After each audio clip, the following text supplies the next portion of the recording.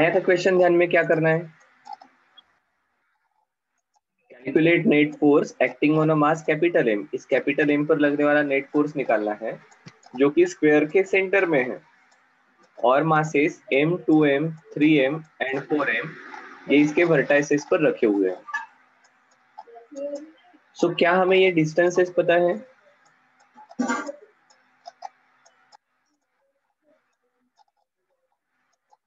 देखो, स्क्वायर का डायगोनल रहेगा √2 टाइम्स ऑफ साइड, तो डायगोनल रहेगा √2a, ये उसका आधा डिस्टेंस है, तो ये डिस्टेंस रहेगा a/√2। ठीक है, a/√2।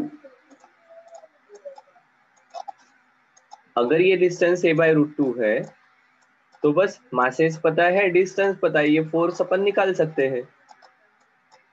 ठीक है, तो देखो,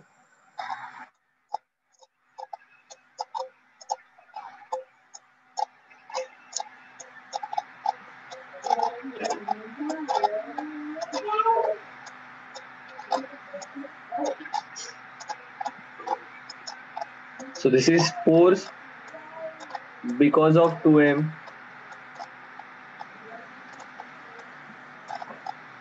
this is force because of m,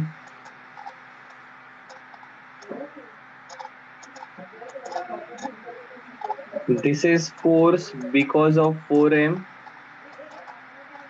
and this is force because of 3m।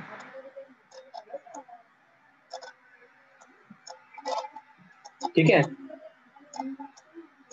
अब देखो, इनका मैग्नीट्यूड निकाल लेंगे, साथ ही साथ आपको ध्यान में आएगा कि इनके कंपोनेंट रहेंगे।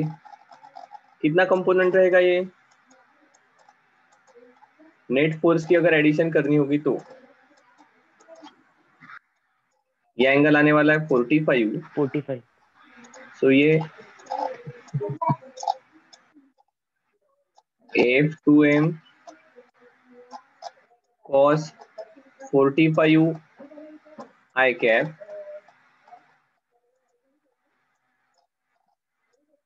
this is F2m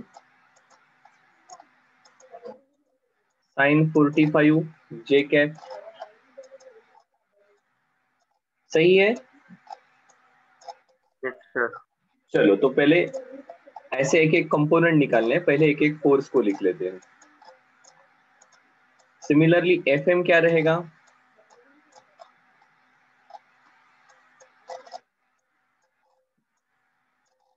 ये भी एंगल 45 आएगा, सो this is Fm cos 45 I cap. सिर्फ साइन पॉजिटिव रहेगा या negative? Negative. Because it is towards left hand side.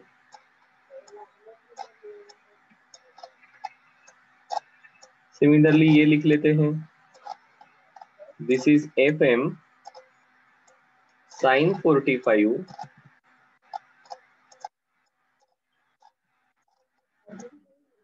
J cap.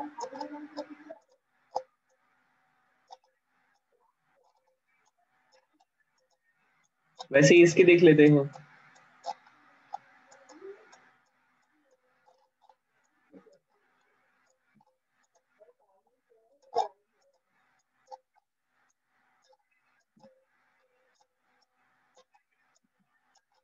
ये 45, this is minus because towards left hand side F4m cos 45 I cap F4m sin 45 J cap।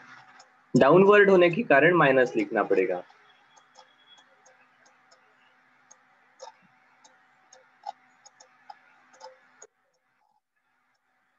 और ये आखिरी आने वाला है,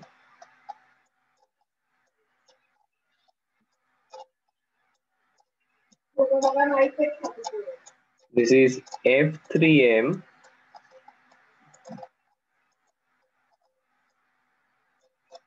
cos 45 I cap, this is minus f3m sin 45 j cap। बस अब सबको ऐड करना है, ठीक है। एफ नेट आई वाले कौन कौन से हैं?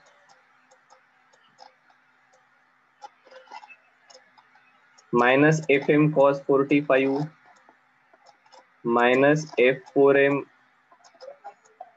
cos 45, plus f2m cos 45, plus f3m cos 45 I cap, plus J वाले लिख लेते हैं fm sin 45 plus f2m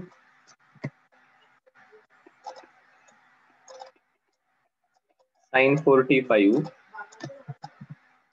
minus f4m sin 45 minus f3m sin 45 J cap. सही है? बस यस सर। अब इनको लिखना है क्योंकि सभी का डिस्टेंसेस सेम है, मासेस पता है, कंपोनेंट की वैल्यू आ गई। अब देखो यहाँ पर इंटरेस्टिंगली cos 45 एंड sin 45 इन सब की वैल्यू 1/√2 आती है, ठीक है। cos 45 हो या sin 45 हो, इनकी वैल्यू 1/√2 आएगी। तो देखो मैं इसको ही इधर लिखता हूँ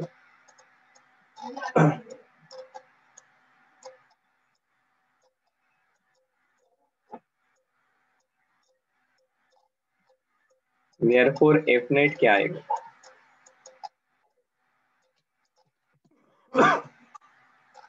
1/√2 कॉमन निकाल लिया, एफ एम क्या रहने वाला है? m के कारण लगने वाला फोर्स, तो कैपिटल M इंटू छोटा m डिवाइडेड बाय डिस्टेंस का स्क्वायर। डिस्टेंस कितना है? a/√2, a/√2 का स्क्वायर a स्क्वायर अपॉन 2, ये 2 ऊपर मल्टीप्लीकेशन में चलेगी। सही है? सो अभी देखो चेंज क्या होने वाला है, कैपिटल M तो सबके लिए सेम है, चेंज होने वाला है स्मॉल m। सो f4m, सिर्फ मैग्नीट्यूड डायरेक्ट साइन लिखना पड़ेगा,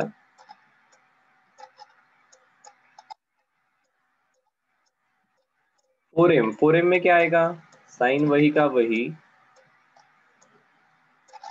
m इंटू 4m अपॉन ए स्क्वेयर, और ये ए स्क्वेयर बाई 2 है, ये 2 ऊपर चला गया, प्लस f2m के कारण लगने वाला force capital M into 2m divided by a/√2 का square, that is a square 2 multiplication में ऊपर आया। और इसके साथ और लिखना पड़ेगा हमें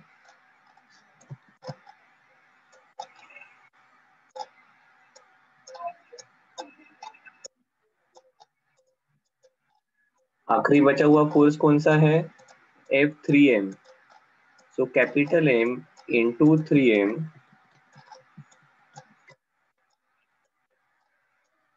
a/√2 का square, that is a square into 2, और इनके साथ है आई कैप, ठीक है। प्लस जे कैप के लिए 1/√2 ब्रैकेट में एफ एम अब आपको पता है 2 times capital M into m upon A square, 2m आपको पता है capital M into 2m upon A square, f4m पता है capital M into 4m upon A square upon √2, ये 2 मल्टीप्लाई में ऊपर आ गया, minus capital M into 3m divided by A square, इनके साथ है जे कैप। बस सब तो आसान हो गया, डिनोमिनेटर सबका ए स्क्वायर है, तो देखो -2m into m square minus 8m into m square, ठीक है, plus 4m into m² sorry 4 M into small m, 6 times M into small m। Denominator a² होने के कारण आप डायरेक्टली लिख सकते हो 2 -2 -8 -10 +4।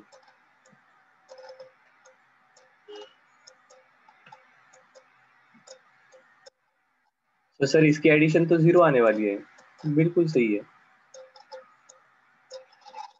+1/√2, दिस इज 2 4 -8 -6, तो ये बच जाएगा -8/a² j²। तो अगर नेट फोर्स हमें लिखना है तो एफ नेट विल बी -1/√2, और यहाँ पर 8 है, 8 को मैं 4 into 2 लिख सकता हूँ, तो ये बन जाएगा 4√2/a² into j²।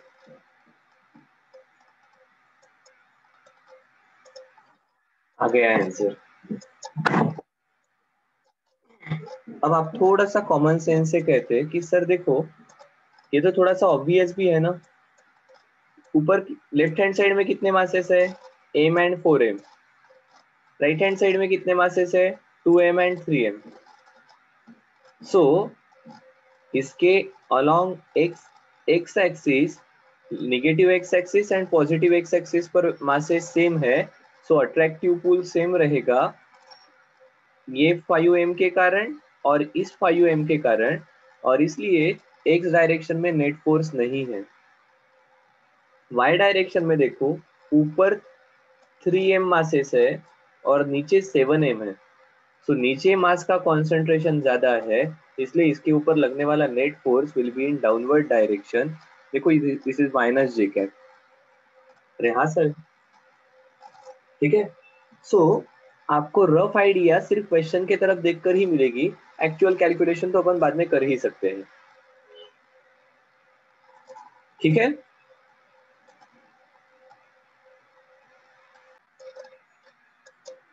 हमने शुरुआत में क्या देखा, तो केपलर के लॉ देखे,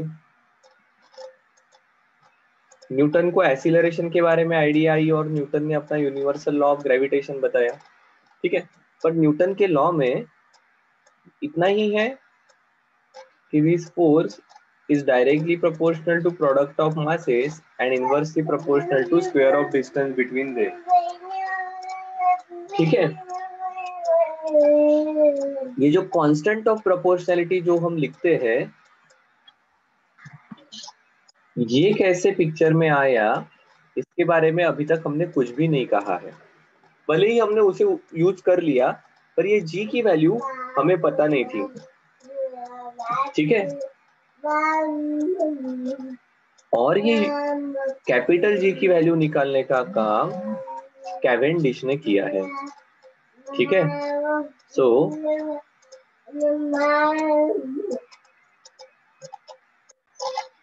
कैवेंडिश ने एक एपरेटस डिजाइन किया जिसके थ्रू हम ये यूनिवर्सल ग्रेविटेशनल कांस्टेंट जो है उसकी वैल्यू मेजर करते हैं। उसने क्या किया, एक वायर ली,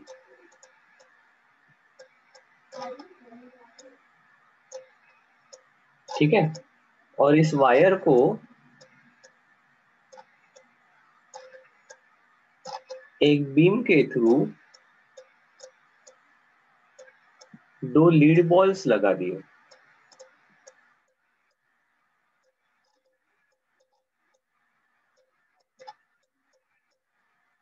ठीक है।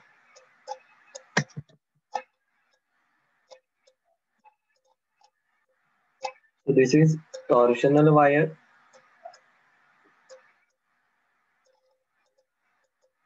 these are lead balls।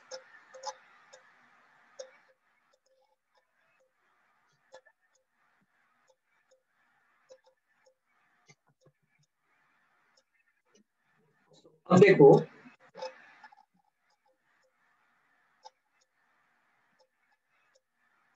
इनको थोड़ा और छोटा कर देते हैं,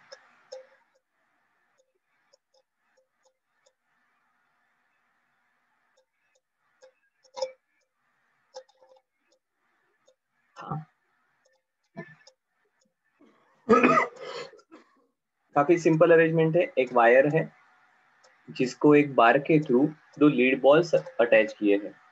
अब इसके पास में ना दो हेवी लीड बॉल से लेकर गया, क्या होगा बताओ तुम?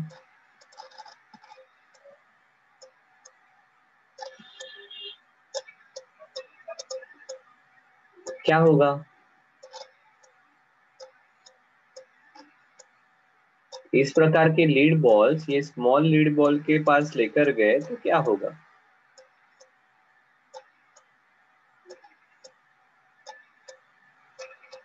बताओ।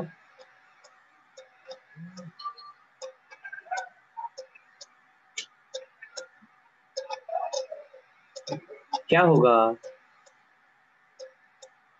सो ऑब्वियस है, ये दो मासेस जो है इनके बीच में फोर्स ऑफ अट्रैक्शन रहेगा। कहाँ से आएगा? दिस इज न्यूटन का universal law of gravitation, every object attracts every other object. ये फोर्स किस प्रकार का रहेगा? सर ये फोर्स तो अट्रैक्टिव रहेगा। सो ये छोटा मास m it will be pulled toward capital M, ठीक है। और ये दूसरा मास, ये दूसरा छोटा m it will be also pulled towards capital M। As a result, अब ये नीचे नहीं है, हाँ, ये इसके बाजू में है, इसके प्लेन में ही है। शायद से इन्हें इस प्रकार से दिखाना सही रहेगा, ऐसा दिखाना सही रहेगा,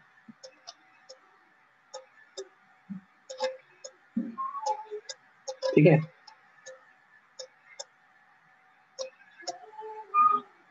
सो होगा क्या, इन मासेस के ऊपर इस डायरेक्शन में फोर्स लगेगा और एज अ रिजल्ट ये बार रोटेट होगा, ये बार रोटेट होगा तो ये वायर रोटेट होगी, ठीक है। अब इस वायर का कितना टॉर्क लगाने से कितनी रोटेट होती है, ये हम पहले से कोई टॉर्क लगाकर मेजर कर सकते हैं, ठीक है। This is called as restoring torque per unit angular displacement.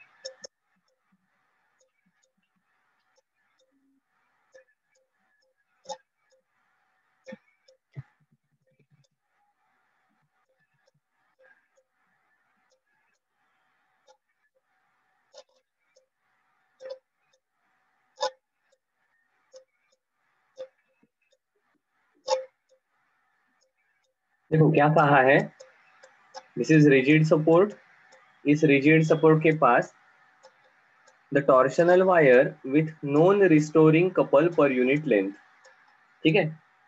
पर यूनिट लेंथ नहीं, पर यूनिट एंगल ऑफ ट्विस्ट चाहिए।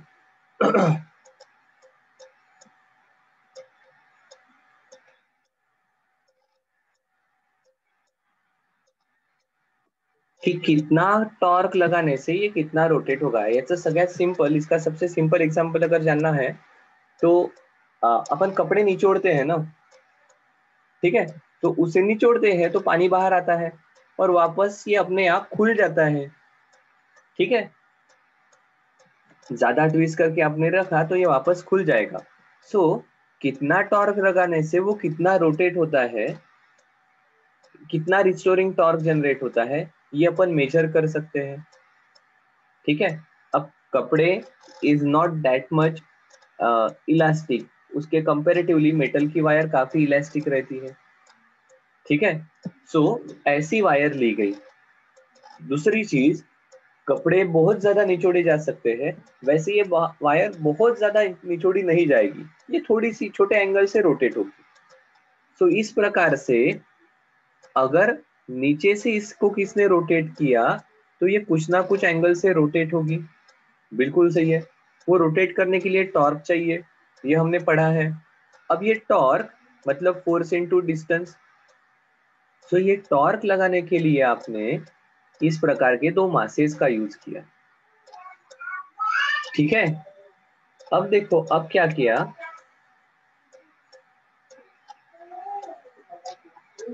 heavy lead balls of mass capital M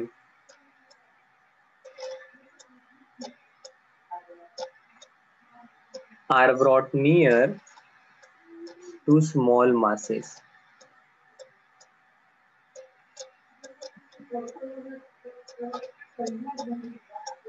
gravitational force इस केस में हम निकाल सकते हैं। देन ग्रेविटेशनल फोर्स Fg ये कितना रहेगा इन दोनों के बीच में, कैपिटल G छोटा m into capital M upon इनके बीच का डिस्टेंस अगर d होगा तो that will be d square.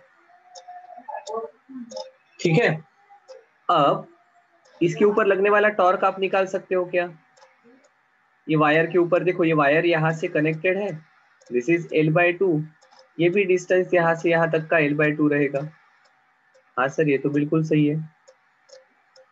ठीक है, और ये वायर को अगर अपन ऊपर से देखेंगे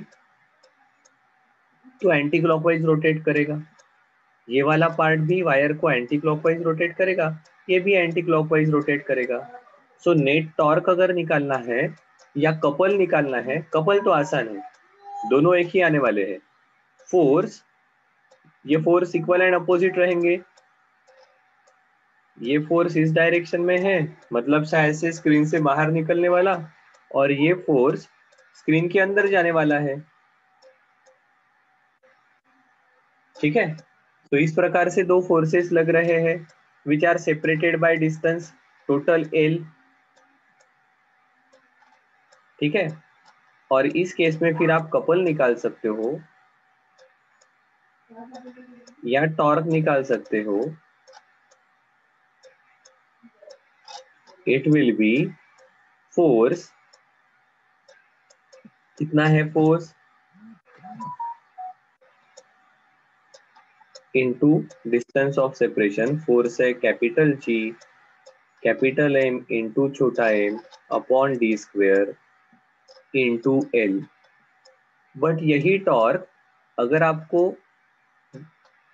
ये restoring couple per unit angle of twist पता है तो आप इसे लिख सकते हो, जो कोई भी ये रिस्टोरिंग टॉर्क रहेगा tau into angular displacement theta, tau into angular displacement theta.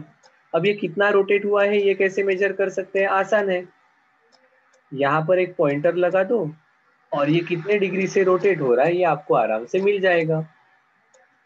ठीक है, अब इसमें देखो, क्या कैपिटल M आप सेपरेटली मेजर कर सकते हो, हाँ सर। छोटा m सेपरेटली मेजर कर सकते हो, हाँ। ये दोनों के बीच का डिस्टेंस आप मेजर कर सकते हो, हाँ। कैपिटल L, दो ये बार की लेंथ हमें पता है, वायर का ये tau restoring torque per unit angle of twist ये भी पता है, कितने एंगल से रोटेट हो रही है थीटा ये भी पता है। So there is only one unknown G। और इस प्रकार से कैवेंडिश ने G की वैल्यू फाइंड आउट की और G की वैल्यू आई थी 6.67 इंटू 10⁻⁻11 न्यूटन मीटर स्क्वायर पर केजी स्क्वायर। सही है क्या?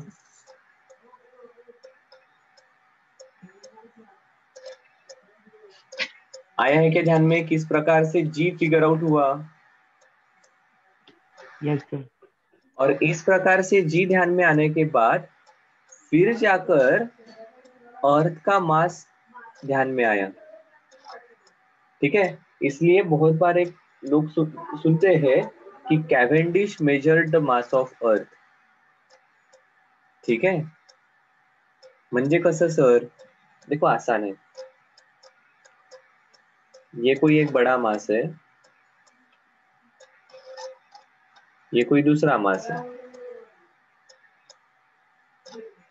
ये हमारी अर्थ है, ठीक है।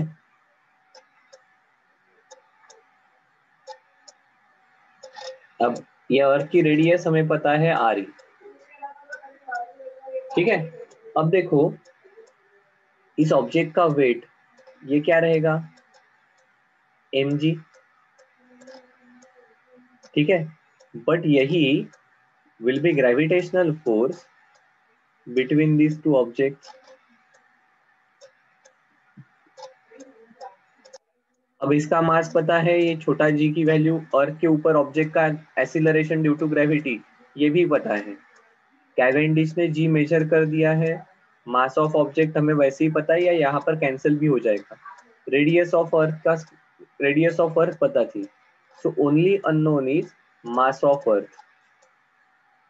सो इस प्रकार से कैपिटल जी की वैल्यू पता होने के बाद अर्थ का मास पता चला, and thus people say Cavendish measured the mass of earth। Actually Cavendish ने कैपिटल जी की वैल्यू फाइंड आउट की, कैपिटल जी के वैल्यू के थ्रू इस प्रकार से मास ऑफ अर्थ परफेक्टली पता चला, ठीक है। देखो फिर से मैं एक बार इस एक्सपेरिमेंट को एक्सप्लेन करता हूँ, थोड़ा सा समझ लेना। दिस इज रिजिड सपोर्ट, ठीक है। अब हमने क्या किया, एक वायर ली जो छोटे एक कोई भी नोन एंगल के थ्रू रोटेट करने के लिए कितना टॉर्क लगता है ये पहले मेजर कर लिया। मतलब क्या, ये वायर ली, इस पर एक नोन वैल्यू ऑफ टॉर्क लगा दिया 2 न्यूटन मीटर। उसके बाद ये कितनी रोटेट होती है ये देखा, फिर 10 न्यूटन मीटर का टॉर्क लगा दिया, कितनी रोटेट होती है देखा, और फिर ध्यान में आया कि इसका जो एंगल ऑफ ट्विस्ट, पर यूनिट एंगल ऑफ ट्विस्ट के लिए कितना टॉर्क लगता है ये हमें ध्यान में आया। इसे वापस एक्सटर्नल टॉर्क हटा दिया तो ये वापस अपने ओरिजिनल कंडीशन पर आ जाएगी, जस्ट लाइक स्प्रिंग, ठीक है, because it is also made up of elastic material. ये सब अपन नेक्स्ट पार्ट में पढ़ने वाले हैं, इस प्रकार से हमारे सॉलिड से इलास्टिक मटेरियल्स इन सब के बारे में, ठीक है। सो दिस इज सिंपल पार्ट, अपने स्प्रिंग जैसा है, आप टॉर्क लगाओ, ये कुछ एंगल से रोटेट होगी, ठीक है। जस्ट लाइक कपड़े नहीं छोड़ना, ऊपर वाला पार्ट फिक्स है कि नीचे से आप इसे घुमा रहे हो, ठीक है। सो कितने एंगल रोटेट होने के बाद कितना रिस्टोरिंग टॉर्क डेवलप होता है ये पहले हमने देख लिया। फिर क्या किया, इसको नीचे एक बार लगा दिया, लाइट बार लिया हल्का, और उसके एंड में लीड के छोटे बॉल अटैच कर दिए। अब क्या किया, लीड के दो हेवी बॉल्स ये उसके बाजू में लेकर आए, सेपरेटेड बाय डिस्टेंस डी, ठीक है। अब हुआ क्या, ये छोटा लीड का बॉल और ये बड़ा बॉल, इसके बीच में ग्रेविटेशनल फोर्स ऑफ अट्रैक्शन आया, और ये बॉल्स इस प्रकार से अरेंज किए हैं कि ये दोनों भी फोर्सेस के कारण जो टॉर्क या कपल डेवलप होने वाला है ये एक ही डायरेक्शन में है, ठीक है। ये एक ही डायरेक्शन में है, इसके कारण क्या हुआ, यहाँ पर जो कपल एक्ट हुआ उसने इस वायर को थोड़ा सा रोटेट किया। अब ये वायर थोड़ी सी रोटेट हो गई तो हमने देख लिया कि ये कितने एंगल से रोटेट हुई है, ठीक है। फिर हमने कहा कि देखो हमें पहले पता है कि एक एंगल से रोटेट होते वक्त रोटेट करने के लिए कितना टॉर्क लगता है, तो अभी एंगल पता चल गया, पहले का ईच डिग्री के लिए कितना टॉर्क लगता है वो पता चल गया, तो हमें टोटल टॉर्क मिल गया। बट अभी यहाँ पर हमें फोर्सेस भी पता है, सो हम ये एक्सटर्नल टॉर्क कितना है वो डायरेक्टली मेजर कर सकते हैं। वो कितना रहेगा, फोर्स इन दो इक्वल एंड अपोजिट फोर्सेस है, so force into distance of one of the force into distance of separation, ये कपल का फॉर्मूला है, या ये वाला फोर्स इनटू L/2 प्लस यही वाला फोर्स, क्योंकि ये फोर्स का मैग्नीट्यूड इक्वल रहेगा, प्लस L/2, फोर्स कॉमन आ गया, L/2 plus L/2 will be capital L, तो दोनों से कपल या टॉर्क आप निकालते हो तो ये इतना ही आएगा। फोर्स की वैल्यू पुट कर दी, कैपिटल एल है, टॉर्क पता है, थीटा पता है, सो ओनली अननोन है कैपिटल जी। और इस प्रकार से कैपिटल जी की वैल्यू फिगर आउट हुई और फिर हमारा ये न्यूटन के फॉर्मूला में कैपिटल जी की वैल्यू आ गई। ठीक है, और इसके बाद इस पूरे चैप्टर में हम ये कैपिटल जी की value 6.67 into 10⁻⁻11 newton metre square ये वाली वैल्यू यूज करने वाले हैं। So this is called as Cavendish experiment. ये समझने के लिए रोटेशनल मोशन का टॉर्क वाला कंसेप्ट बहुत बहुत इंपॉर्टेंट है। ठीक है,